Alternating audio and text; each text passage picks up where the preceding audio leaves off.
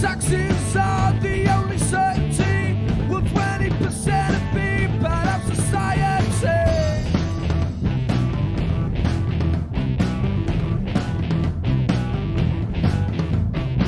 And I have made it on my own in this world. Will not take care of time around a 2-year-old.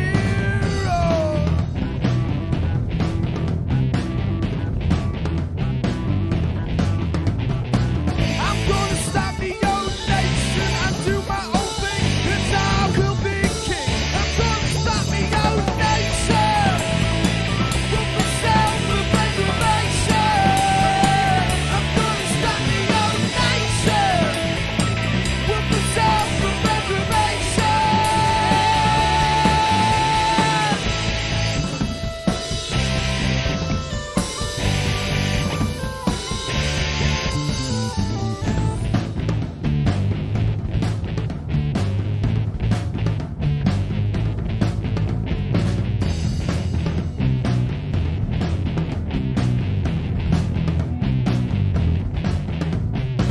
Well, let me talk a bit about the weather. You must admit it's not very clever.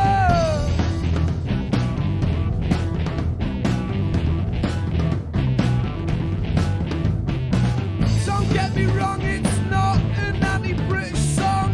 Well, there is nowhere I would rather be wrong.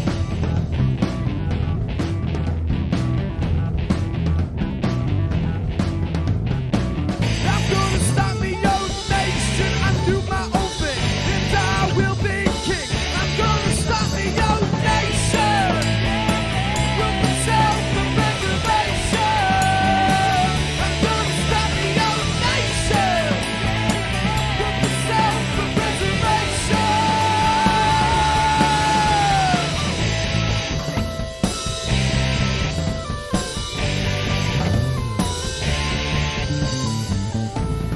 There are just a few things that I would like to say about the UK and how I think it has gone astray. Don't get me wrong, it ain't all bad. I love the crazy fads, like England always buggering up, but you know we're gonna win the World Cup. I'm gonna start my own nation with the self-preservation. I'm gonna start my own nation with the self-preservation.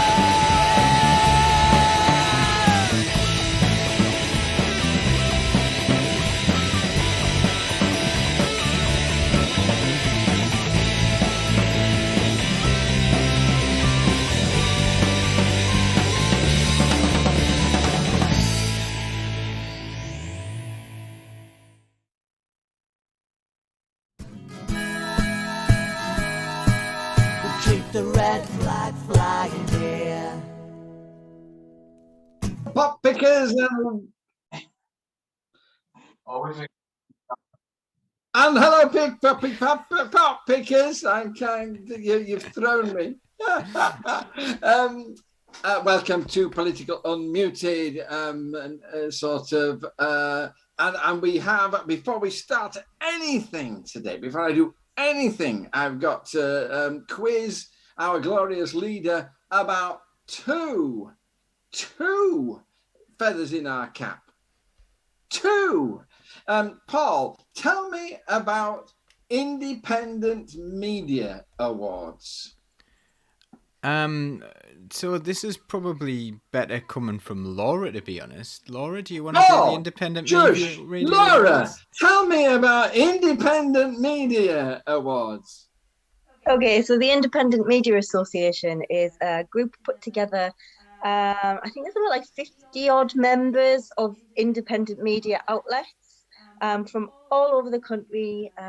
They all do amazing things. There's print publications, radio, TV, podcasts, all sorts. And they decided this year that they were going to run some awards. And we are the shiny winners of the Podcast and Live Stream of the Year award. We weren't the only winners. There were a couple of others, all of which I guarantee are brilliant. There is a listing on the Independent Media Awards website or Facebook, I think. So you can check out all the other members as well who won. But yeah, it was really, really good. We're really proud to be part of it. It's a wonderful movement. Lots of people speaking out for independent media. So yeah, great stuff. This wasn't just Political Unmuted, was it? But Political Unmuted is a part of the socialist think tank stable. So tell our listeners what other treasures they've got at store if they want to investigate socialist think tank. Yeah, so we have a huge back catalogue, absolutely massive. We started with a show called Origins, which is basically we talk to people about what they think socialism is. We also have, what else do we have? The Social Ties, about community groups and things like that. We have Socialist Night Live that goes out every Saturday. They're all still available to watch or listen to on podcast. So yeah. Right. Well, we're being spectacularly good today. Jane, you say you don't think we're live on Facebook? We're not. Sorry, I told Paul that I thought it was working and lulled him into a false sense of security. There's nothing we can do about it now. We're just going to have to tell people to join us on YouTube, but I don't know how we do that. So I've put a little message on Facebook if everyone can share and tell people to get across to YouTube, because YouTube is where it is at tonight. Where is the message on Facebook? It's from Socialist Think Tank's page. All right. Okay, and in this wonderful, amazing kind of... Anyway, there's another fabulous thing that's happened while I'm waiting for my computer to wonder whether it can find Socialist Think Tank. Because they say, don't they, that imitation is the sincerest form of flattery. Paul, what did you discover earlier this week? So something popped up on Facebook the other day, and it was and it said it was a joy. Alan had been doing something and interviewing with people on a show called Business Unmuted. And I went and found Business Unmuted on YouTube, and they appeared like kind of quite a bit of time after Political Unmuted was there. After Political Unmuted had aired, and honestly, there's this thing about what is Business Unmuted. Well, and it was almost like they'd stolen what you'd said and written it as a script, John. It was really, really funny. So yeah, we have I suppose imitation is the sincerest form of flattery. So that's what's happened this week. Well, we've noticed them. They've been around a year, and I think they get fewer views than us. So, they haven't overtaken us yet. They can't pretend to be the original Unmuted programme. We, of course, are unmuted because they can't stop us speaking out the truth. Yeah, okay. And so anyway, welcome to Political Unmuted, everybody.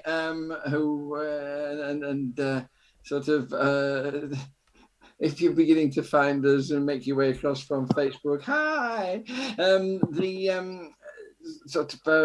I've got the team together. Today we've got Paul Daly, Stuart Sutherland, Jane Strange, standing in for Sam, our super sub. Jane is our super sub. And finally, Laura, are you feeling a bit better today, Laura? Yeah, I'm fine. Yeah, it's been thanks to Jane for sort of subbing in for me. It's amazing. She's incredible, and she's far better than I am. So maybe I will take a permanent. She scores those winning goals, but just another member of the team. I've decided that I'm going to cheer things up this week by dividing you into teams, and sort of like they do on the news quiz. So seeing as the Labour Party's decided today that it's going to add to its list of prescribed groups that you're not allowed to be a member of, I'm going to put Paul and Jane into one team. I'm going to call you Prescribed Bodies.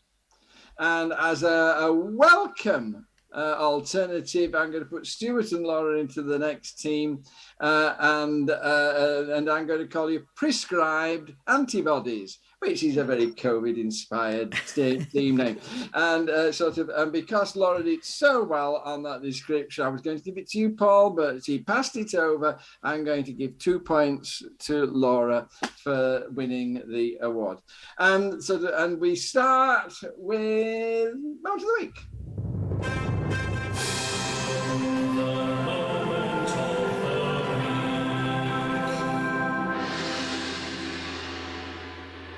Now, Jane, you've got a lot to live up to. Laura says that you're brilliant. What's your moment of the week, Jane? So it's a very samey moment of the week to a moment of the week that I had a few weeks ago when I was lucky enough to be asked on. So Russia's oldest human rights charity or organisation, they're called Memorial.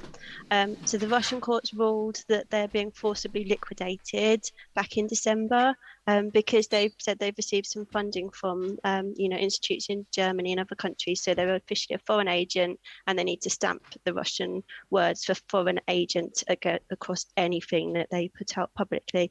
And they said they didn't do it, so they're closing them down.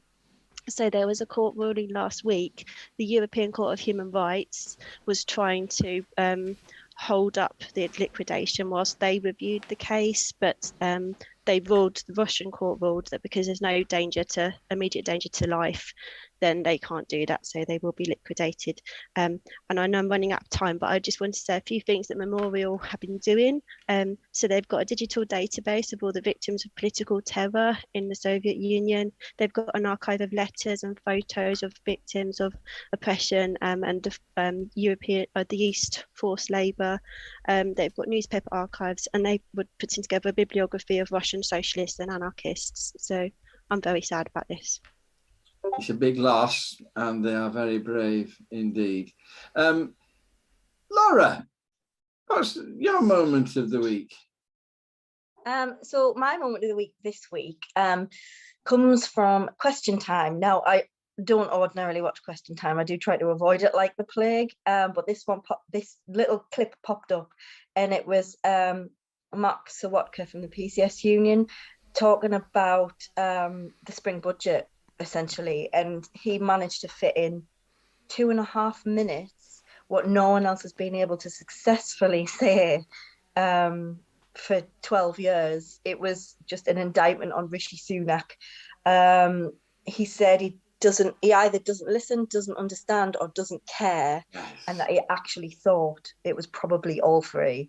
I agree wholeheartedly. He was absolutely brilliant. He hit the nail on the head for me, and I will be sharing that video far and wide so everyone can see exactly what the truth is of it all, and my opinion exactly was just wrapped up in 2.5 minutes. It was absolutely brilliant. It was, and we'll be discussing that later on in the show. Thank you for that. Stuart, what was your moment of the week? I think everybody will like this one. About 5 days ago, Andy MacDonald got the P&O boss to admit in that committee that he'd broken the law. He did, yeah. And that he had no intention of following the law whatsoever, which was quite fiery and a special moment that really shows just how much they think they can get away with. And it takes real warriors in Parliament to actually drag these people to hold them account and put some real pressure on them. It's an excellent moment watching that video. I saw it. It was absolutely brilliant. Thank you so much. Inspiring almost. And Paul, moment of your week. The moment of my week has got to be on our own show on Saturday night. We did a show on refugees. Obviously, it's a very high-profile issue at the moment.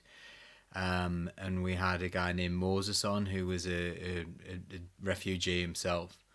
And honestly, I've had a few difficult moments while presenting shows because I'm the presenter on a Saturday night usually. And this was probably the most difficult. He told the story of his brother and what happened to him, and it was absolutely heartbreaking. And I think while people care about refugees from Ukraine, now's the perfect time to care about refugees from everywhere and see them as real human beings with real lives, real values, something to offer, something to enrich our lives, and people who deserve a chance, who've been through things that I couldn't imagine. His story was unfathomable to me, and yeah, so I would hope that people's care for the refugees from Ukraine would transfer over to care for refugees wherever they're from, because it is an awful situation that people find themselves in. And it's going to get worse. I am so pleased to see some of our regular listeners sharing their moment of the week. If you want to share your moment of the week in the next sort of minute or so, we'll laud it on the show. I love that Jake Ratcliffe and Quantum Skyline are both going with Stuart, and the P&O story, the P&O moment of Andy MacDonald. Bonus point to you there, Stuart, for sensing the public feeling. Mia, however, is going with Paul and sort of praising Saturday Night Show. So a bonus point to you, Paul. Mr. Happyfoot, Amber Rudd publicly got away with saying European refugees were more important in a cheap attempt to smear Priti Patel. Can anybody explain to me what's happening there, Paul? I only saw a clip. Does anyone see the whole lot? Basically, Amber Rudd was arguing, and the implication behind what she was saying is, you know, that the reason Ukrainian refugees are important is because they're white. You know, it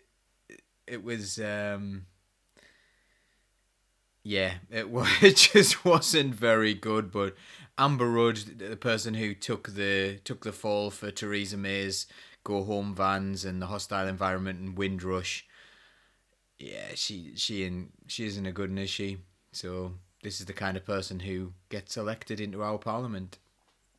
And does anybody know what Mark's talking about when he says sad moment of the week? 420 is not going to do an orbit test. Saying no more. If you know, you know. Does anybody here know? Something to do with the space program. It must be to do with space. I'm sure he'll let us know. Yeah, but, sort of elaborate for us, Mark. Okay, right here. And anyway, time to move on. Now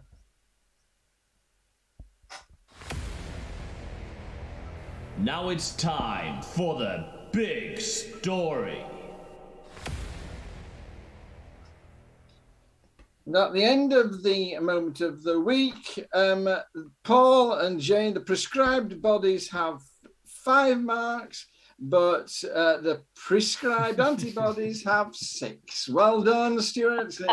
Keep your nose out the front. Okay, here we go. Big stories. We've got 3 of them today. And what I did is I just asked, because 2 of them we talked about last week, so I just thought, just give us an update on something you've noticed and why you thought it was important. And we'll just have 2 quick skates through Ukraine and P&O. And sort of what Stuart's going to do, I don't know, he's used up his P&O story already, but sort of we'll have to see. Get a chance to catch up there, Paul. And what I'd like as well, if you listeners want to, let's start with Ukraine. Is there something you've noticed about the Ukraine? Do you want to share something about what's your Ukraine moment of the week? Share it with us, and let's get it talked about. Let's have a listener involvement show. But I'm going to start with Laura.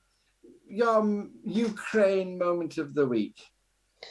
Yeah, for me, moment of the week really makes it sound like it's going to be positive. It's not. There are 16 anti-trafficking organisations who are severely worried about the lack of safeguards that have been put in place for Ukrainians coming over and being housed here, because essentially women and children are being targeted, and the way it's set up is you can apply to house certain people, and it is effectively, they've been saying essentially it's like Tinder, basically swipe left or right if you want them or don't want them, and it's really dangerous, and nothing's being done about it. I don't even think it's even being considered, to be honest, by this government. So just something that really stood out, and something that actually it's so obvious when you think about it. Why haven't they thought about this? There's clearly a problem with trafficking of vulnerable people. There always has been, and now we're giving them to them for free. Just, we're offering them the opportunity to get them too easily, and yeah, it's just really scary. £360 to get some sex workers for free. I mean, I was very worried when I saw a mother and daughter, and the daughter was really quite young, early 20s, I would have thought, and the mother was not old. And they were all saying, we're coming across, we're very clean, we're very presentable, and we're looking for somebody to take us in on Facebook. And you just think, this is a worst kind of human market that you could. What on earth is the government doing? And Laura, are you aware of any mechanism set up by the government to vet the volunteer looker after us? I'm not aware. I mean, I'm not aware of any. That isn't to say there aren't any that exist, but I would argue that if they do exist, they're no good, because it's this government, and I don't trust a thing they do. But no, not an obvious thing that is being talked about. No. No. Great point. And I was worried about it. So it's one or two people sharing their moments of the week, and I'm not going to. So sorry, Bonnie, it's brilliant, but we're on the Ukraine now. Pongo Pigpen, his moment of the week, he wants to know how Zelensky got so damned rich as a comedian in one of the poorest countries of Europe. I think we wasn't it something I saw on Facebook, or did we skate over it last week? It's when you're adopted by powerful people who want you to become the Prime Minister, the answer to that. Neil Terry wants us to start again. That's nothing to do with the Ukraine, we can't, but God bless you. People I once, this is nothing to do with the Ukraine, it's disgraceful that I once went on a French exchange, and we kept all our English children with us, and the French teachers decided that it'd be a jolly good exercise if they let their French children make their own way through the subway. And they said, it's very easy. You get on at this station, and you get off at this station, and meet us at this station. And we said, we're not letting our English children go. So we were going with our English children, and we realized that the French teachers had misread the map of the subway, and the two stations, they told them, weren't on the same line. So we made our way through the subway, negotiated our way through, and then we sat and waited, and the French children were straggling in up till 9 o'clock at night, and then we had to drive from Paris back to Amiens. It was but look, we didn't lose any. They didn't lose any. But it reminds me of that, all these people straggling in from Facebook. Hi, are you people? It's so great to see you. What happened was that we got made to get your own way there, and we've just changed lines. We're on YouTube tonight, not Facebook. Stuart. Stopping being silly now. Ukraine. One of the things that I found out this week is that the Ukraine had taken in a number of refugees from around the world, and currently there is an issue with a number of nations who are bringing in refugees from the Ukraine who don't have a mechanism for also bringing in the refugees who would enter the Ukraine as refugees. We're losing you, Stuart. Double refugees. If they're essentially trapped in the Ukraine. Am I back?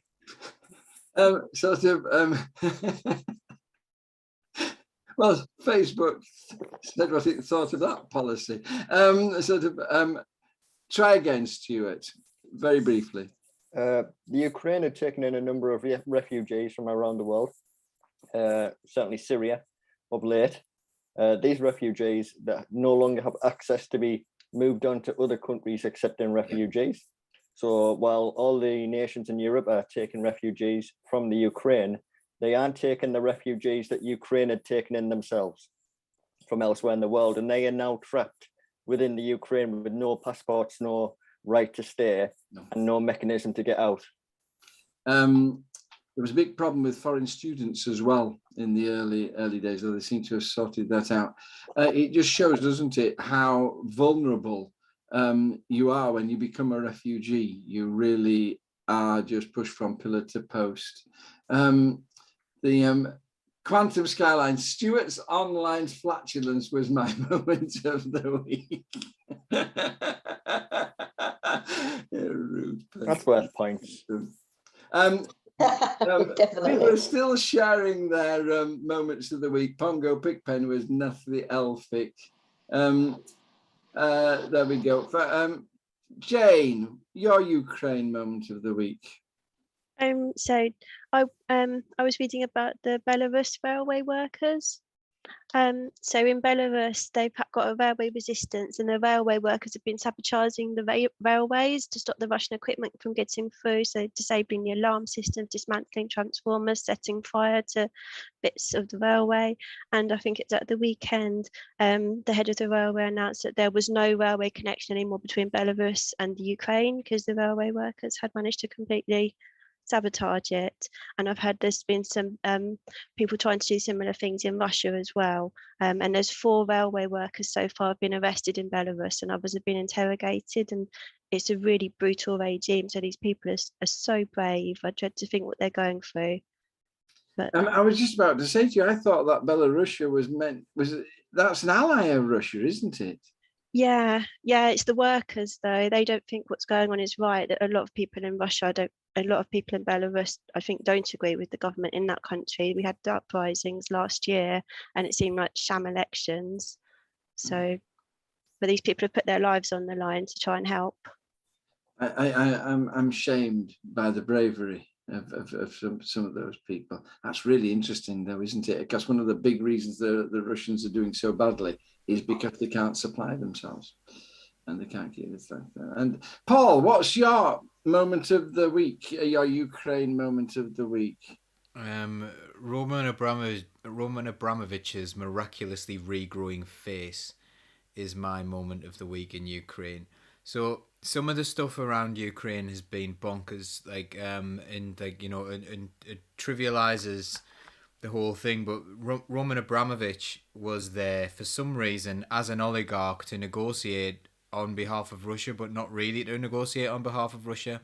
So he's meeting some Ukrainians, and this is the guy who's just been stripped of the ownership of Chelsea Football Club, because for years and years he was absolutely great, but now he's too close to Putin. But he was always too close to Putin, but he's not close enough to Putin because now Putin wants to poison him, and his face fell off. Apparently his face peeled off, and he had this was awful, this terrible poisoning that he had, and then the next day he's just on the telly, just with a face, and I really don't know what is going on, to be honest. So I really don't understand. He was there, mediating in Turkey today. Yeah, without the peace talks. Fully faced. Yeah, he appeared to have. So either the reports of his poisoning and face falling off have been a huge exaggeration, or he has some sort of powers to regrow a face. It's. And I think that the main point around this is, what in the world are we doing, having sort of like this celebrification of Ukraine? It's like, oh yeah, everyone loves Zelensky. He dresses up and he wears this stuff, but he got rich behind the scenes, and he's a comedian and he's an actor and what have you. And then you've got, Abramovich owned a football club. He can negotiate on behalf of, and you're like, whoa, I really don't understand where like this wealth and privilege thing became so blatant, in that actually these people aren't elected. These people aren't representatives of the country. But they're more important than that, and it's very similar to when Elon Musk was asked there, can you give us internet, Elon Musk? And he's like, yes, I'm Iron Man. I will give you the internet.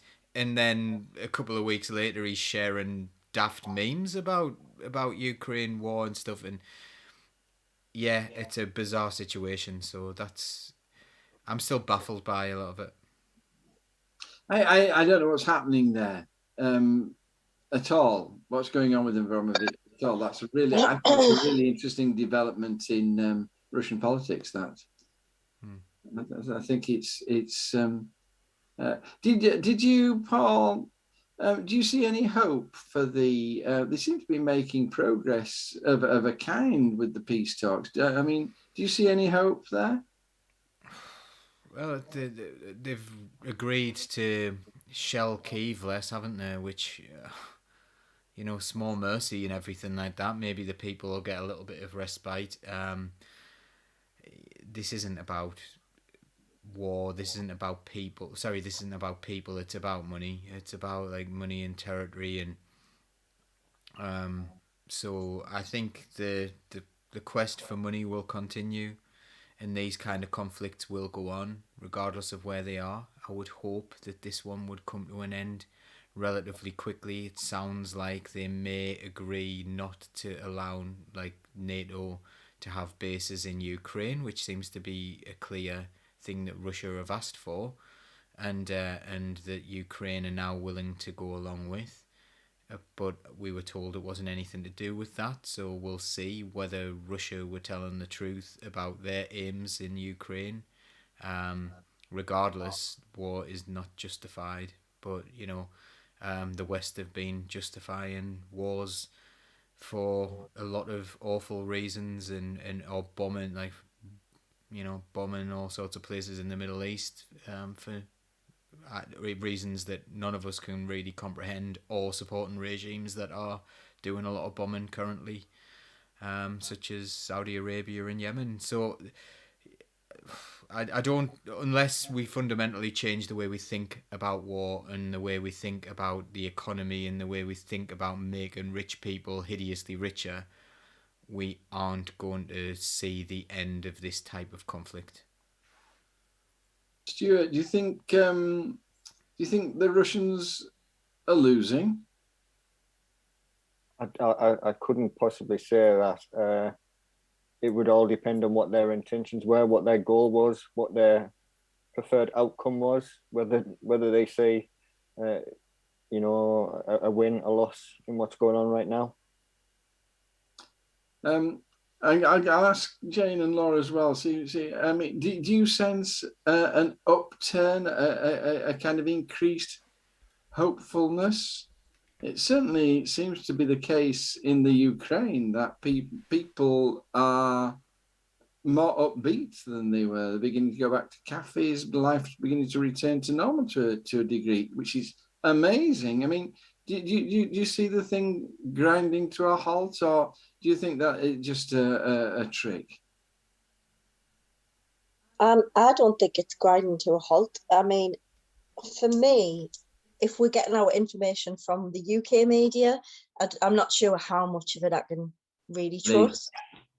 But I mean, wouldn't it be lovely if it could just go away and they could go back to living their lives and everything? I think that there is some hope and positivity in that. The assumption was Putin would invade Ukraine and it'd be game over. And I know that, they put up a fight, and I don't think Putin was ready for that. And so I do think there was a bit of hope and a bit of, yes, we're not just going to go away silently. But as for hope that everything's just going away and everything's going to be fine and things will return to normal, as I say, I don't believe it. Bonnie Hardman, there are no winners in a war. No, none whatsoever. Jane, I mean, the level of destruction in the Ukraine has been unprecedented, I think, sort of in Europe since the Second World War. I mean, sort of on a level with that in Syria and the Yemen. I mean, do you see Ukraine ever getting over it? And sort of, do you see the people of Ukraine ever reconciling themselves to Russia? I'm not sure they'll go back to how they were before. I read last week 3 million people had already been displaced. That's 3 million people who have lost their home and their country and probably had their family torn to pieces. That will never be the same again. I don't know if a lot of those families will be reunited. I was just reading a book by Ukrainian author Yurgey Kirkov, Grey Bees, and it's about life in the Donbass region. He wrote it a few years ago, and it seems, from what I can tell from what I've read and from that the Donbass has been a war zone since 2014. Yeah. And it was normal life before that. There were people in villages and towns living a normal life, but it's just turned into a war zone for the last 8 years.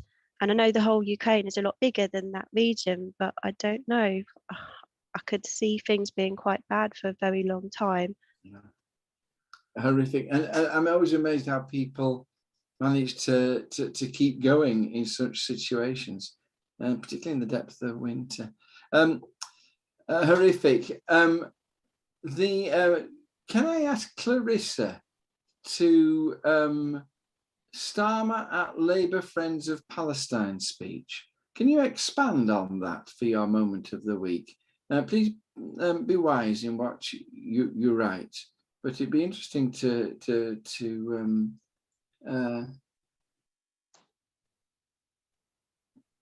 now Clarissa is also, I'm actually quite annoyed at your comment regarding destructic in Europe. NATO used chemical weapons in Serbia. Yes, during the war in Bosnia. First, I forgot about the war in Bosnia. My son-in-law served there. Thank you very much, Clarissa. Can you expand on your comment about the Labour Friends of Palestine speech? I'm going to move on for sort of to the P&O and just ask for this just filled the news last week. Stuart, what you've already talked about it. Have you got anything you'd like to expand on and share about that? Just, I understand that the P&O are now seeking workers from across Europe on the basis that it's temp work and no experience is needed to operate these gigantic ships crossing the seas with, valuable cargo of people in what can be on the ocean a life and death situation, which is really concerning. Certainly, I don't think the public should be sticking their money with P&O right now. Certainly, if you support the workers, you wouldn't want to be sticking your money with them right now. Certainly, if you value your own life, if they're willing to drive the standards of staff skill level right down. Thank you. Laura, what was your P&O moment of the week? Mine was a really positive one and a dead quick one. It was the P&O dockers in Rotterdam who stood in solidarity and weren't going to load the freight onto a P&O ferry that was due to be bound for Hull. And I just thought it was just really lovely to see the solidarity. It was really a show of strength and just exactly what's needed at the minute. And I just thought it was brilliant. Join a union. Paul, I'm going to come straight to you about joining a union as well. But what was your P&O moment of the week? Just before I say that was really funny because I'm the only person on the panel who can see the comments coming up as they come in. And it was really funny because Neil's comment was almost exactly the same. Yes, to Laura's as she was saying, and it just popped up. Hey, so that was really me good. and Neil Great like minds. My moment of the week was learning that that there was an amendment to employment law by Chris Grayling in 2018 that meant that the shipping companies are... It's debatable about employment law on this one, but he put an amendment as and basically if they're going to make redundancies, they only have to lodge that with the place where they're registered as a business, rather than with employees of the Secretary of State of the country where they're doing business. So it may be that Chris Grayling's amendment in 2018 made what P&O did legal, even though the government are currently saying that this is totally illegal. It's against like the Employment Act. I can't remember exactly what it's called, but in 1992 it was made. So, like, you know, this government, this is the logical conclusion to this government's attack on workers and friendliness with big business. So it's registered in the Bahamas, I believe, P&O, in order to like exempt themselves from tax, and they've so it may be that they only had to lodge what they were going to do in the Bahamas rather than with workers. Now the TUC is saying no, it's British workers that you've got. Yeah, so therefore you have to use British employment law, but it isn't as cut and dried as it would have been without Chris Grayling putting this amendment through. So as much as people always called him failing Grayling like he was an idiot, he's not an idiot. He's earning £100,000 a year now for a couple of hours work a week for a ports firm, for consultancy with a firm for ports. He's like, you know, the guy, they're all at it. They're all at it. You know, they'll do something and then they'll take some sort of lucrative job. Well, you've just saved us millions of pounds. We'll employ you for £100,000 a year. You know, it's a racket. Neil Terry, what is TULCRA? TULCRA? Do any Trade Union Labour Relations and Consolidation Act in 1992. Right. Okay. Oh, right. He's filled out above, and he's told us which section. Thank you for your knowledge there. Some more brilliant moments of the week coming out. No wonder those two ferries were detained.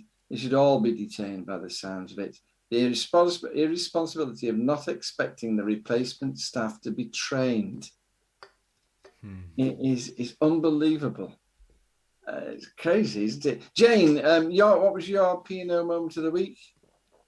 So my moment was there was a demonstration in Dover in support of the P&O workers on Saturday, because 600 of the 800 jobs are affecting the Dover workers, and it was a really nice atmosphere. There were really lovely people there. There was support. The local mayor was there and he was very supportive. And what really struck me was how much support there was from the local people, because there had been agreement working with the police beforehand. So the police shut off the motorway for us, and they went down the motorway and then back around the other direction in the motorway. And the lorries, foreign lorries, and presumably English people in cars, were honking their horns, and there was loads of support, and there were lots of people looking out of their flats and clapping. And that was really lovely to know there was that much support from the local people and not so local people driving their lorries through Dover. Jane, is all this pressure having any effect, any positive effects? I mean, certainly P&O are getting a real public relations lambasting, but is it translating into any progress for the workers? I don't know. I feel that these people have decided, it seems they know exactly what they did wrong, they know exactly what they should have done, and they've calculated the financial risk themselves and decided they'll take the penalties of it, because our employment laws are so weak in this country that it's hardly going to cost them anything at all to just do this and brazenly say they knew they were breaking the law. So I kind of feel our only real chance to stop them is some sort of criminal prosecution against the directors, and I do feel there should be a criminal prosecution. Personally, I think what they've done is horrendous. Or for people to not use P&O and for the company to go out of business, which is an awful thing because more people lose their jobs. But if they get away with doing this sets an awful precedent for everyone else, and it just can't happen. No, it's the precedent, which is terrifying. Thank you very much, everybody. Paul, were you going to say something? No, I thought you said something there. Absolutely brilliant, people. Thank you for your comments, particularly Paul and Jane. I gave you 2 bonus points for your wonderful answers there, with the result that prescribed bodies, you have 10 points, and prescribed antibodies, you've been hauled back in, you're 10 points too. And it's all to play for as we go into the spring statement. And sort of loads to say about this. Thank you, listeners, for your really... hang on a tick. I'm going to ignore you for 2 seconds. Neil, who's particularly well versed about this issue. The funny thing is, P&O Cruises has come up with a multi-million-pound online advertising campaign to say, we are not P&O ferries. They have completely different owners. That's really interesting, isn't it? So is this P&O Cruises basically denying all friendship with P&O ferries? Wow. Yes, Mia, we did. We talked about it last week. Natalie Elphick. Making a complete idiot of herself. Sort of being booed because she supported fire and rehire. Spring statement. I'm going to just ask you what you thought about it. It's a really pathetic question, but sort of let's begin to just explore some of the issues. Laura, would you fancy going first on this one? Sort of about the spring statement. Why not? I didn't watch it because honestly, I've got better things to do. I wasn't expecting anything fantastic out of it. I mean, the reports now are saying after the spring statement was released that it is going to be the biggest fall in living standards since records began. You know, that's massive. We've gone through a lot since then, you know, recessions and all sorts. We've had a lot of those. So the fact that it's getting worse, again, doesn't surprise us. I feel like we've been building up to this moment for quite a long time. Nothing surprises us these days, but he's trying to market a benefit rise of 3.1% as a really good thing. And yeah, it might be, but the fact of the matter is that the cost of living is set to rise between 8 and 10%. So what he's effectively saying is, we're not going to give you enough money to be able to survive. And that really, really worries me. And it should worry everybody, and not just for the rich, or not getting more money than they're supposed to be getting, or for the less well off not doing so well, but actually, you know, this is going to plunge more children into poverty, less well off families into really, really difficult situations. I dread to think what people are going to have to do just to get money to be able to afford to live. And that's the reality of where we're going with this. You know, we're going back to medieval times here. And, you know, the fact that he said, oh, the work starts here. Interestingly, he says that now after being in government for 12 years. Shouldn't we have started this work 12 years ago? It's a pathetic statement, to be honest with you. It doesn't do anywhere near enough. The tax cuts and the tax it's just devastating. It is, once again, the billionaires looking after themselves, and he's trying to package it as, oh, you know, we need to look after each other, we need to be careful, and it's always the same with this lot. Every single time they do anything to do with money, they always try to package it in a way that looks like it might benefit us, or it might benefit poorer people, when in actual fact there's plenty going on behind the scenes and not so much behind the scenes now. It's actually quite blatant how much they're just keen on looking after their rich friends. And again, as I say, this has been a slow building process for many, many years, to the point where now I think people are so disinterested in it that they won't pay attention to this budget or any budget or anything that happens in politics, because it's all the same. It's all the same. They just look after themselves, and it is Two-thirds of people, when questioned, said that they didn't think it was going to have any effect at all. Of course not. Of course not. And taking 5 pence off fuel duty, you can't sell that when it's gone up by what, 65 pence in the last few weeks. You can't sell 5 pence as a good thing. You just can't. And the gas and energy prices are just soaring. We should be putting caps on that. I mean, they should be publicly owned, but that's not going to happen under the Tories, is it? So yeah, it's again like question time, another one of those things that I know I shouldn't bury my head in the sand and I shouldn't avoid it. I should be active and I should know all about it, but I just didn't want to know because I already know.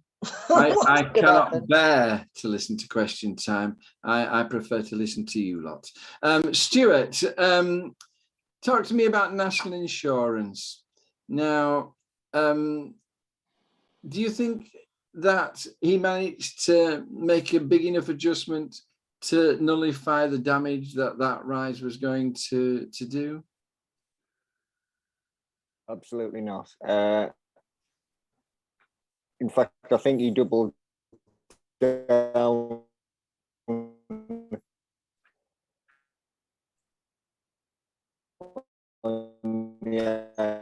Hang on, Stuart. I think it does it on purpose. Doesn't it? As soon as he starts talking, it's going slow. Stuart, turn your camera off.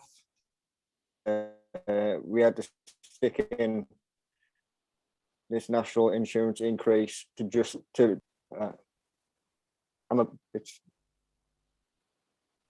how's that? No. Come back to me. I can't hear a word, Stuart. Can I go and talk to Jane and Paul, and then I'll come back to you. We'll see if it's obviously all those people in Chiltern just don't want you to be there. Jane, what about the council tax rebate?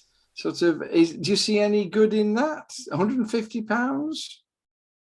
I think it's just a drop in the ocean, isn't it? What so Quantum Skyline was saying in the chat about the ridiculous rise in energy prices that are being inflicted on people. You're talking about thousands of pounds for people to find. £150 is a tiny bit of short-term help. It's nonsense.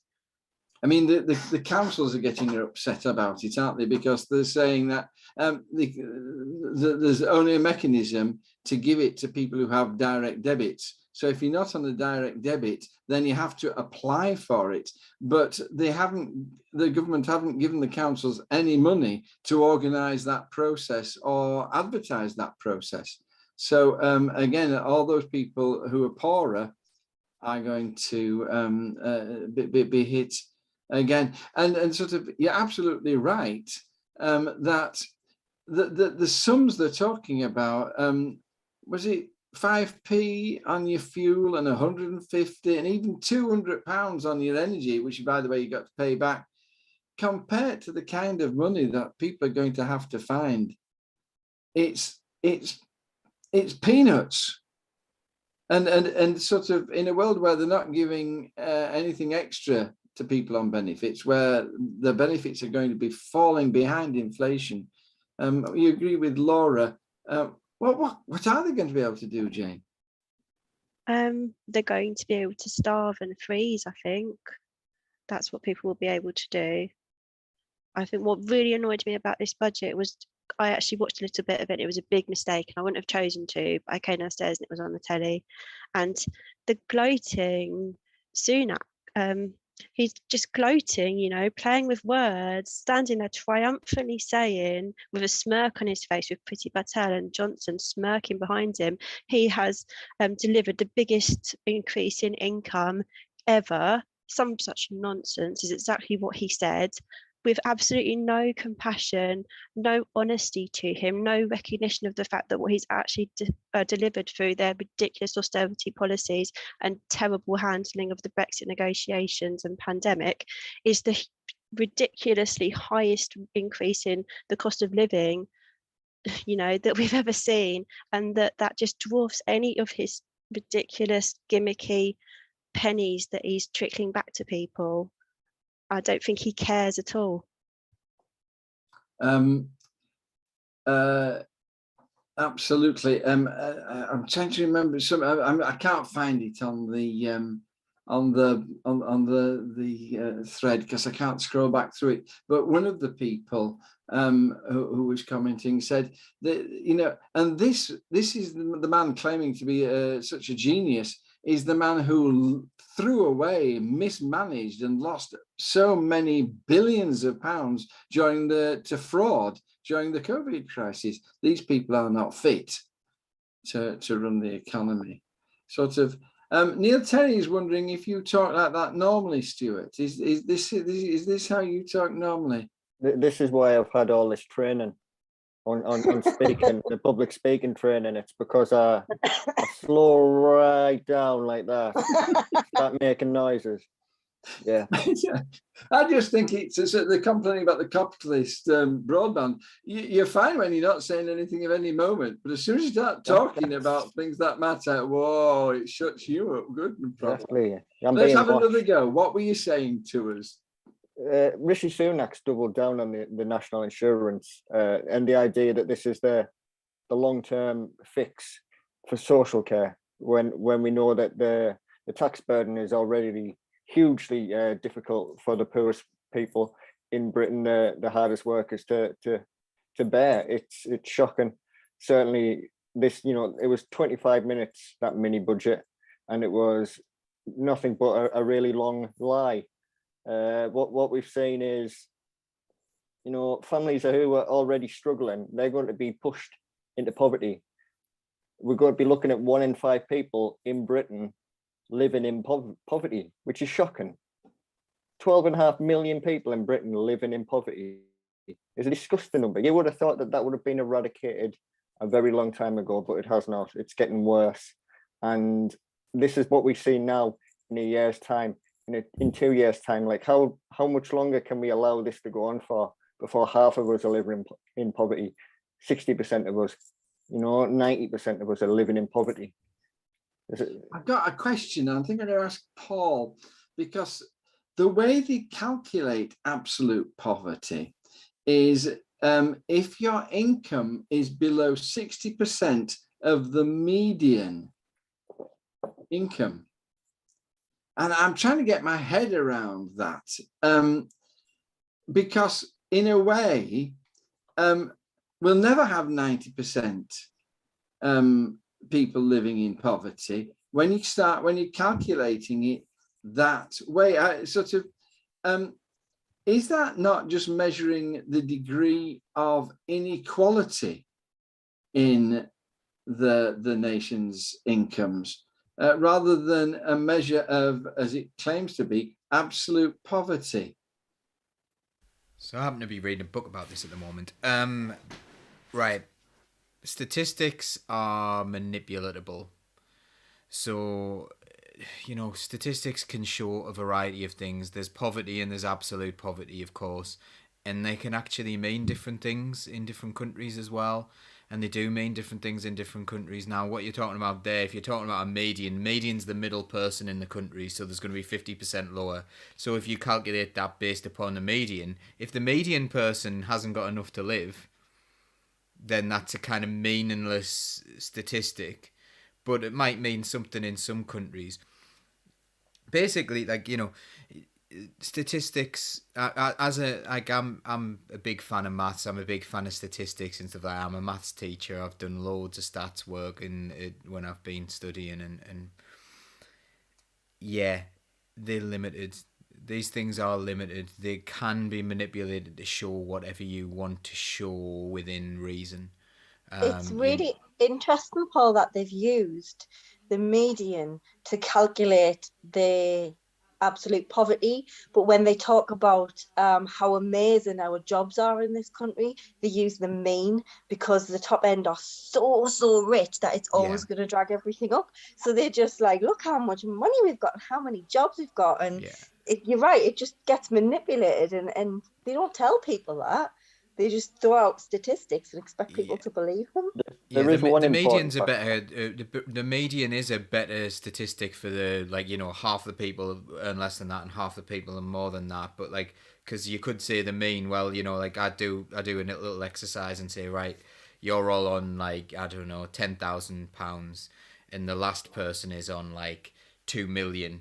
So the mean salary is like really really high, but it's not really, you know what I mean? Like, so there's Exactly. Yeah, I want points for that, John. I hate maths. Here's one for you. The Do actual, it. the medium that they choose to use is the average income from 2010 to 2011, then adjusted for inflation. So they don't actually use the current year's medium. They actually use one that they've picked out specifically as a useful target to reach. I mean, ultimately, the measure of poverty surely is the number of people going to food banks and the number of people who can't afford to heat their house. And and Laura hit the nail on the head very early in the show. I give you an extra point for saying that, actually. But when she said that you know, it's to do with the number of people who are not going to be able to. Oh no, it wasn't you, Laura. It was Jane. I'm rubbing it It out. was me. It's fine. All right, okay. I'll give it to both of you. Paul, what did you think about Rishi Sunak's comment on energy in his statement? Which comment on energy? He said a lot. Precisely. Nothing whatsoever about energy and the nation's energy. Is that? Didn't he talk about nuclear energy? That was a separate thing. Oh, was it? Yeah, he was quizzed by Richard Bergen, who Richard Bergen asked him why there wasn't a windfall tax on energy companies, and Rishi Sunak said, well, energy companies have a 40% corporation tax, so they pay 40% tax anyway. So people looked into it and what had happened, and in the last year, the energy companies paid zero corporation tax, and they made something like a 42 billion profit, and received a tax rebate of 400 million between them. Okay, so they're actually paying negative tax. They're actually getting money from public money. Now, this was the point I really wanted to make tonight is something that was on Novara Media the other day. There was a guy called Gary Stevenson who did a lot of stock market work and has made millions out of the system. And he wants everyone to know that this was the biggest ever wealth transfer from the public to private rich individuals in the history of humanity. So if you think about inflation at the moment, we're going to have a cost of living crisis that is the worst since records began. It is the biggest fall in living standards since records began. The inflation is running at like 8.5%. So if you take anything like the NHS, they're saying, oh, we're going to put 3% more into the NHS. Well, if inflation's 8%, that's a huge, huge cut. And, you know, like my job teaching, they've actually frozen our pay. So that's like a massive pay cut because everything's 8.5% more expensive. And actually, it's more than that if you have less money because the energy's gone up so much and it's a bigger proportion for us than it is for rich people. But what is that? Over coronavirus, over COVID, £450 billion was pumped into the economy. Public money pumped into the economy. This is something they can do. They can invent money, and they printed money, and that went into the economy. That's £10,000 per person. If you don't have £10,000 in your account that you wouldn't have had otherwise, then your £10,000 has ended up somewhere else. And that has ended up with billionaires. Billionaires have increased their wealth on a huge, huge scale. And what is happening is all that money that they created has gone directly to billionaires, whether that's, well, it's not directly, you know, it might have gone through our bank account, maybe through furlough, or it might have, something might have happened, but generally the money's ended up with the richest. So we've got a situation where the richest got incredibly rich and they have done nothing to negate that. This spring statement should have been, hang on, our economy failed. Our economy put all the money into the hands of the people who didn't need it. So we need to rebalance that with taxation. That's what tax is for. Tax isn't to pay for anything. Tax is to redistribute wealth. But instead of that, they decided to redistribute at the bottom end. They decided to raise national insurance. They're talking about lowering income tax, which is like unearned wealth as well. Unearned wealth is income tax. Down the line, you know, they're going to reduce that. And then there all these people who actually don't even deal in taxation. So the massive energy companies, they don't deal in doing anything with regards to taxation. They're getting rebates. They're not paying any tax. You know, they're getting Also, out Paul, of the system. Also, Paul, they've frozen the thresholds. So anything you might get from a reduction in tax, in fact, because they've frozen the thresholds, inflation is going to pay that back to them. And also students as well. There was something that came out of students. Did you say the thing about reducing the part where the reducing the amount you would have to earn in order to pay back your student loan? Yeah. So that's gone down a couple of £1,000s, and they've increased the length of your student loan. So if you go to university in your 20s, finish university in your 20s, now it's going to last 40 years. And they've already put up like the loan rates on that are really, really high because they sold them to private firms. So people will be paying that off for the rest of their lives. It's becoming a worse and worse deal. It's a little bit like when Lando's in Cloud City in Star Wars and he's going, this deal's getting worse all the time. That's that's been student loans, hasn't it? It was like it started off as a bad deal. The thing about the student loan, Paul, is that if you're wealthy, you will benefit. The people, it's the middling sort who are going to end up paying much, much more for much, much longer. I'm going to bring that to a halt. Thank you very much indeed. We've got two Samantha does our second half, and because she's not here today, everybody, we've decided that what we'll do is we'll let this very, very busy and full episode run over, and then we just won't have the informal chat at the end. So we're going to run over and just take two questions, two other questions. Before that, I must say that Paul did absolutely brilliantly on that. I was very, very impressed by Paul. So I gave him a couple of bonus points. So now prescribed bodies have 14 and prescribed antibodies have 13. I'm sorry, Laura, it's going to be war in the Daily household tonight. Paul, other stories. Oh, do I lose points for being slow? You do. But I did one perfect earlier. No. 13. I'm looking for some.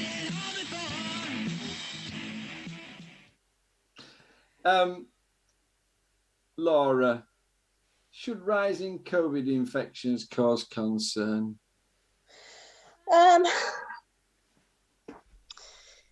In a word, yes, but we're in a position now where we kind of don't have the option to be concerned about it anymore. All the restrictions and everything are being lifted. Even staying at home when you're not very well with COVID, that's being lifted. My major concern is for working people, especially people who have insecure work, who don't get sick pay, who, even if they were at death's door, need to go to work. And of course, that's going to spread it even more, and it'll get closer to vulnerable people. And yeah, it just feels again like Boris Johnson wants to just push this all to one side and just get over it and get on with the business of making money for rich people. So yeah, we should probably be concerned about it. I'm pleased that there are a lot less deaths, of course, but there are a lot more infections. And I just feel like the option to be worried and the option to try and take care of other people is being taken away from us now. We don't have that choice. It's a luxury that isn't afforded to us because we have to go out and work. Stuart, is it a fact that simply because they're not telling us about it, we're not noticing it? I mean, is this basically a failure of media? I think it's intentional that we don't know. Clearly, there's no broadcasting of what's going on, but you will notice it in your community, certainly regarding access to healthcare. If you've got a family member who needs treatment, for instance, they've got to go into hospital and say they were seeking cancer treatment. Because there's such skyrocketing, uncontrolled rises in infections within the community, these people can't then take that COVID into hospital to get the treatment that they want. So there's a knock-on effect where people who need, speedy action and very serious concerns don't get it as quickly because COVID's allowed to run rampant in the community and slow down what the hospital can do for them. Because if you've got COVID, you're just told don't come in, spend 10 days at home, come in when you sorted. And it's very difficult to do that while everyone around you is carrying COVID with no need to stay away from you. And it clogs up the hospitals and stops them doing caring properly for other people. Mark's just told us 45,305 new cases today and 303 deaths. I mean, Laura, you said that people don't seem to be dying, but when you have that kind of numbers, even a low death rate can create they're just, Barbara was right, they're just getting rid of the vulnerable. They're letting COVID solve the care crisis for them. Yeah, and John, if we go back to the first time we talked about this, I remember very distinctly saying that they are saying that they're going to do, they're trying to look after people, but actually we said from day one that they just want to get rid of the vulnerable. Remember when Boris said, oh, we'll just let it run through and we'll have herd immunity, and we were like, it's not herd immunity, you're just getting rid. I stand by that. I still think that's what they're doing. 1 point for I told you so to Laura Palin. Jane, COVID, talk to us about your feelings. I mean, do we need to do something more about it then? Yes, we need to do an awful lot more about it. So Independent Sage have issued their guidance on how we could actually try to live with COVID, and they're saying that we need to invest in ventilation like other countries have invested in ventilation in their schools over the last 2 years. We need better housing. We've got people living in tower blocks with no access to outdoor space. We've got people living in damp houses. We've got terrible housing conditions in this country. We need better sick pay. We need to be having simple measures like masks and FFP2 masks, in areas where there are lots of people, because they really are effective. And we need the free testing back, and we need some contact tracing in place for when we do have outbreaks. And we've got none of that at the moment. And we've got a government who's just refusing to do that. And people will continue to die because of it. Thank you. That was absolutely wonderful. Thank you, Jane. Jane for Prime Minister, I think, on that basis. Paul finishes off on COVID. I mean, you're at the sharp end of this, aren't you, really? I have been. It doesn't seem as bad in schools at the moment. But we do have little waves of infections every now and then. I don't know. I still don't know how things could have been handled worse. You look at lockdown parties and things like that. Like, there's been news coming out on that today about the police are now going to issue fines. Now, remember, Boris Johnson said all guidance was followed. Clearly, guidance wasn't, because they're going to issue fines. So we really should, no one's ever. It's the questionnaire that he did was the same as an interview under caution. That's never happened to a sitting Prime Minister before. He should be resigning, but we've gone way beyond that. This has never really been about anything other than looking after themselves, making sure they get elected again next time, and enriching their friends. there has been some really, really concerning things coming out that aren't getting any attention whatsoever, and I think it's people are gonna people aren't gonna be comfortable with this, but like there's a loads of really worrying things about the vaccine, and when people have been saying things about the vaccine, people have been called anti-vaxxers, but the corners that were cut with regards to maybe it was justified, maybe not, but they've made an absolute fortune out of this. Pfizer has made a fortune out of this. Like Moderna's made a fortune out of this. Every single medical company has made a fortune out of this. The only vaccine that was done at a cheap price has kind of gone by the wayside, and it doesn't really appear to be in vogue anymore. And there are huge side effects that have been ignored in this pandemic, and no one is talking about it, and that worries me. Now, what I'm saying is, I'm not saying that it's a bad idea to get vaccinated, and I'm not saying that the vaccines are terrible, and I'm not saying the vaccines are wrong. I am vaccinated, that's fine. But the idea of a society where we cannot question that without this binary thing of you're an anti-vaxxer and you're pro-vaccine, and these are two things, and you cannot be somewhere in the middle going, hang on, shall we not be asking about whether this is safe? Shall we not be asking about whether these things that we're doing were the correct thing to do? Should we not learn from our successes? Should we not learn from our failures? Should we not kind of change our approach for the future? That's a very, very, very worrying thing for me. So I think the whole thing we've done, and now the fact that like all those deaths that you mentioned, and we're just ignoring it. Like it doesn't matter anymore because it's not in the news. It's not the most popular news story. Ukraine's the most popular news story now. So therefore, this doesn't matter anymore.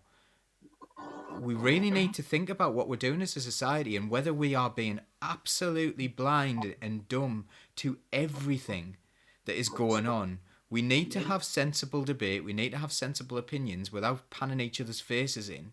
And we need to listen to different points of view as well. Like, for example, last week there was a cyclist, Sonny Cabrelli, massive cardiac failure right at the end of the race after coming second. That's happening in huge proportions in athletes at the moment. There's loads of athletes dropping down with cardiac arrhythmia, and that should worry people. Either there's some drugs flying around in the world of sport, some supplements that are doing this. A lot of people are saying it's to do with the COVID vaccine, or a lot of people are saying it's to do with coronavirus, and no one will talk about it, and that worries me. The fact that no one will talk about it, not like to say, oh yeah, like, not to say it is those things. It's just, it worries me when people won't even acknowledge and say, yeah, I understand why you think it might be those things, but actually we've looked into that and it's fine. No, you're not even allowed to say that. You're not allowed to talk about it. So that's where I think we are. It's a really bizarre situation in which people are pitted at each other in this binary sense. And, you're not really allowed to say anything in the middle. It's bizarre. Jane, you want to mention patent waivers? Are these people who sort of say, yeah, look at me, I got a patent, you can't have this? What's a patent? Talk to me about patent waivers. So my understanding is that our Prime Minister, our country, is one of the only countries that stood in the way of the patents on the vaccines being waived, so that less wealthy countries can produce the vaccine for a less amount of money, and so that they couldn't get their populations vaccinated, which has allowed more variants of the virus to come into being, and that will continue to happen. And I'm really ashamed of the role that our country's played in that, because of the representation that we've got. Yeah. I fear, I don't know if I may be allowed to make a comment, I fear that the government is just hoping that we can just get on and live with it, and it'll go on in the background, carrying off people, and we just won't notice, and we'll just learn to live with it.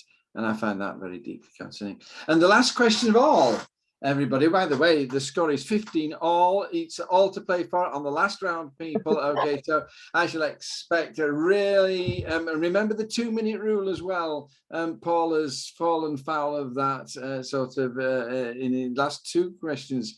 But Jane has been holding up his side because with some brilliant points. So it's all very exciting at the moment. The Royals and the Caribbean tour, have they misjudged it? Should they not have gone? Stuart, kick us off with this one. If you've been watching the news, you'll have seen that the royal family, the preeminent Kate and William, have been touring around the Caribbean, and there's photographs of them meeting local residents through a wire fence. And on one side of this wire fence, people seem to be, excited, but living in poverty. And the other side, there's the full white military-esque regalia, and there's lots of evidence that people aren't pleased with them, and lots of the islands themselves see themselves as modern nations, independent nations, and they feel like they're just being reduced back to little colonies who get visited upon by the royals every now and then. So lots to talk about becoming a republic. Laura, are you a big supporter of royal visits to? I'll stop you there, John. No, I'm not a big supporter of the royal. Sorry. I was reading about this today because I don't follow the royal family at all. But yeah, so they went to Belize, and there were protests in Belize over it was a land dispute. There's a charity that Prince William is a patron of, and there's like a big land dispute. So there was a big protest that happened there. Then they moved on to Jamaica, and the Jamaican Prime Minister had said to them they'd be moving on from the Commonwealth, and they'd be becoming a republic. So that can't have gone down very well. And then they went to the Bahamas, and at the Bahamas, the government committee there basically told them that they needed to make a full, frank and honest apology for their involvement in the slave trade and their historical crimes against humanity, all of which I think are perfectly reasonable requests. And I can see why these people have used this opportunity of finally seeing someone from the royal family to actually bring these important issues up. But I can't imagine that it has gone down very well. I think that a major problem we've got is that the UK media treat Will and Kate as, the nation's sweethearts, and will only show the best parts of their journey, like, oh my god, look at this dress she wore, it was so amazing, and didn't she look beautiful, and he looked so official and wonderful, and all of that nonsense. But if you go and see the Jamaican media, they're actually saying it how it is and exactly what's happened, and that they're complicit in these racist histories, and they need to apologize and all of this, and that everybody just needs to become a republic away from any involvement with the royal family. It's just, I feel like they've gone out there for this visit, and the royals haven't really done a big long visit like this in a long time, but I feel like on the back of the Crown, when people have really been watching the Crown and going, oh yeah, that's amazing, they've gone, we should totally do one of these visits, it's going to go down fantastically well. And it's really not, and it's really bit them in the backside, and I love that. I think that's fantastic. Jane, do you think that they should have sent Harry instead? Do you think Harry would have done a better job than William? It did occur to me that Harry and Meghan might have been a little bit more, I don't know what the right word is. Appropriate is the word you're looking for. Yeah, I just think they may have maybe handled the situation a little bit better, which is not to say that I think William and Catherine handled it particularly badly, because I think they've just done what they thought their duty was. They've done what the royal family's always done, but things needed to change a long time ago. And I'm quite glad that this has, pushed that agenda. Things do need to change, and I'm personally very glad they made that apology. Do you think it's time the royal family stopped doing these very imperial royal visits where they go and swan it over other populations from whom we have stolen vast amounts of money? I do think it should change. I mentioned before, I was speaking to an older family member at the weekend, and the royal family came forward. They brought the royal family up and said how angry they were with them. And I thought we might be of a similar opinion. And then they expressed their fury at the fact that they'd had the audacity to apologise, because that person felt they hadn't done anything wrong, and they don't want someone to apologise on their behalf when they've done nothing wrong. And I think we need to think about what's happening in the Ukraine right now, and this is horrible. People destroying your family, people bombing your house. But if you think about, it's not a bomb, but what the people have done, they've come into your house and they've grabbed you and your wife or husband and your children, and they've shackled you on a ship, and then they've separated you, and one of you wasn't looking so good, so they chucked you overboard, at sea, and you died. And then they took you over to England or wherever and split you up and got you to work as a slave forever. And we need to think about that.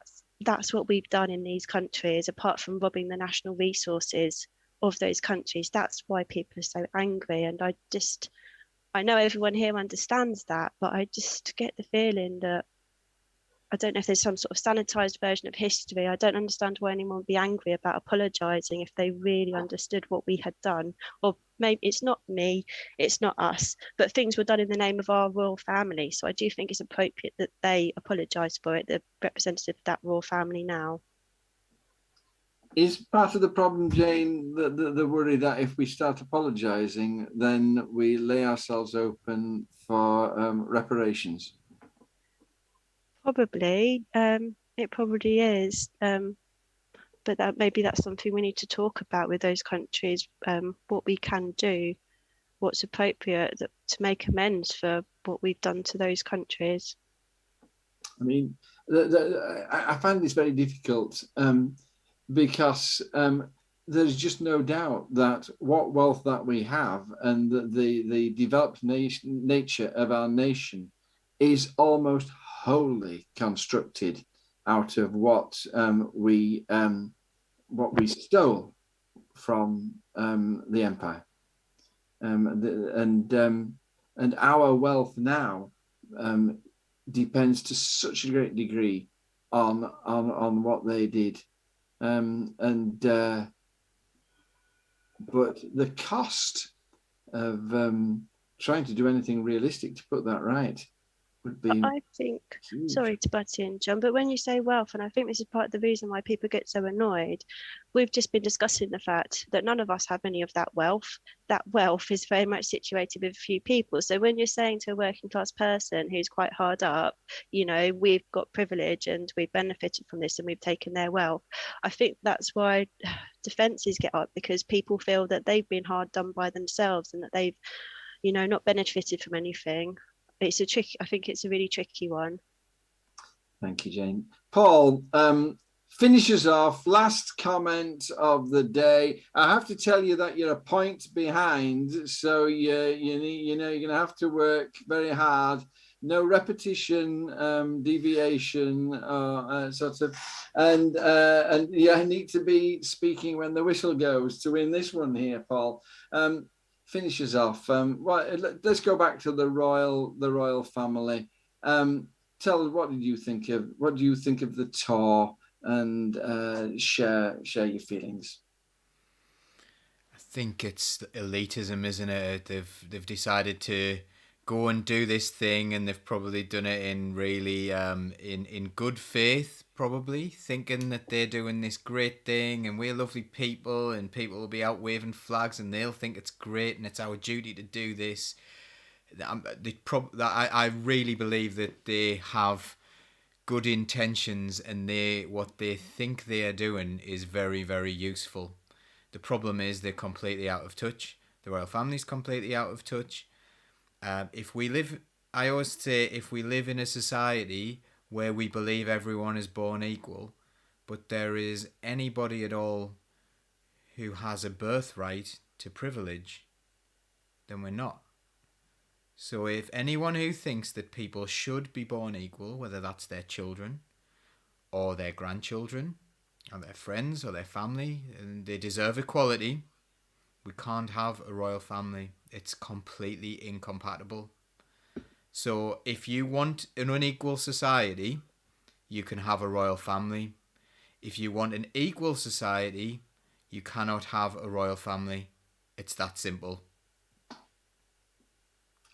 Thank you, Paul. And I have to say, you struck a chord. Barbara and I were always of that absolute opinion. And I'm sorry, Laura and Stuart. No, he just managed to, and so the scores, I'm sure everybody will be very excited to know the scores at the end of this very exciting edition. The scores are proscribed bodies 18, prescribed antibodies 18-2. So you drew. And so that, well, I couldn't do with you falling out all night about it. To all you people who listen, I'm just so excited by the comments that you make. You know so much. You sort of, I don't know why the hell I'm sat in this chair. The listeners know more than I do. The contributors who are talked to and asked, they know more than I do. But sort of maybe I just add a kind of an enthusiastic pizzazz to what you all have to say. Thank you so much for everything you've said. Just so brilliant. We need a revolution, says Polar Knights, and sort of we certainly need change, don't we? God bless you. And I think I'm just going to, unless one of you wants to have a final word or say something or comment, I'm going to draw it to an end. So to be careful, Laura, because I can deduct points, you know, if sort of. No, it's important. Right. What you got to say? Just one of the comments that came in earlier on, I wanted to draw attention to. Disabled People Against the Cuts are calling for the big power off this Friday. So if you're watching this tonight or you listen to this on podcast after tonight, if it's before Friday, they're doing a big power off on Friday in rebellion to the soaring energy prices. And also, John, it's been amazing being back on the show with you. I'm so pleased you're back. Great minds think alike. I actually made a note on my little notes page, Jane for Prime Minister. So me and you think the same. The standard's the bar's been set really low, hasn't it? So I reckon I've somebody called Sunwing. Somebody called Sunwing out there. Sunwing's lovely. Was very alarmed at that prospect. Very alarmed indeed. I wonder who that might be. So Sunwing, we're all on your side too. Okay then. Paul, anything? You're all good with me? Yeah, subscribe to our YouTube channel while you're there. And Paula Knight says that I need to be freed from the burden of the point system. It's nice to have messages from Norway. We are an international podcast, which is great. So subscribe while you're here on YouTube to our channel. Tell people to do that as well. You can become a member of Socialist Think Tank by going to socialistthinktank.com. You can donate to us if you want. It doesn't give you any special privileges apart from that warm fuzzy feeling inside that you get to help us to continue to create content. But if you can't afford to, that's absolutely fine. We are socialists and we really, really appreciate people getting involved. There's Penny for Neil appearing on the screen. So Penny's doing that as well. And then follow us on all our social medias. Saturday night, we have a very special show coming up. We've got John Trickett, former frontbencher, coming along to analyse the spring statement and offer some alternatives, much as we have done tonight. But John is very, very big on his details. He's a really nice man as well. So that'll be nice on Saturday night at 9:00 live. Hopefully we'll be back on Facebook again. I do know what the problem was. It was because, you know how Facebook keeps logging people out of things? well, I had been logged out, and that's the reason why. So that's why we weren't on Facebook. So sorry about that tonight. I hope everyone caught up who wanted to, and I hope everyone has a lovely rest of the week. And any suggestions for anything you want us to do, please do get in touch, and we'll see you all soon. I don't want to say bye though. I think you should say bye, John. Bye. You were brilliant tonight. You were just brilliant tonight. Sort of, can I explain that sort of to people listening from another country? What I do is I so frequently reference Radio 4 shows in this sort of and sort of, if you've not seen the news quiz. If you've not listened to the news quiz on Radio 4, you sort of you need to, and then you'll understand what's going on, what went on tonight. Jane, thank you so much for joining us. Super sub for Prime Minister. Laura, it's just a joy to see you. God bless you. Stu,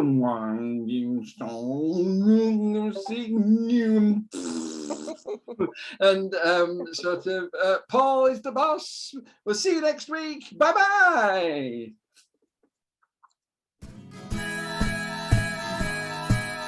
Keep the red flag flying here.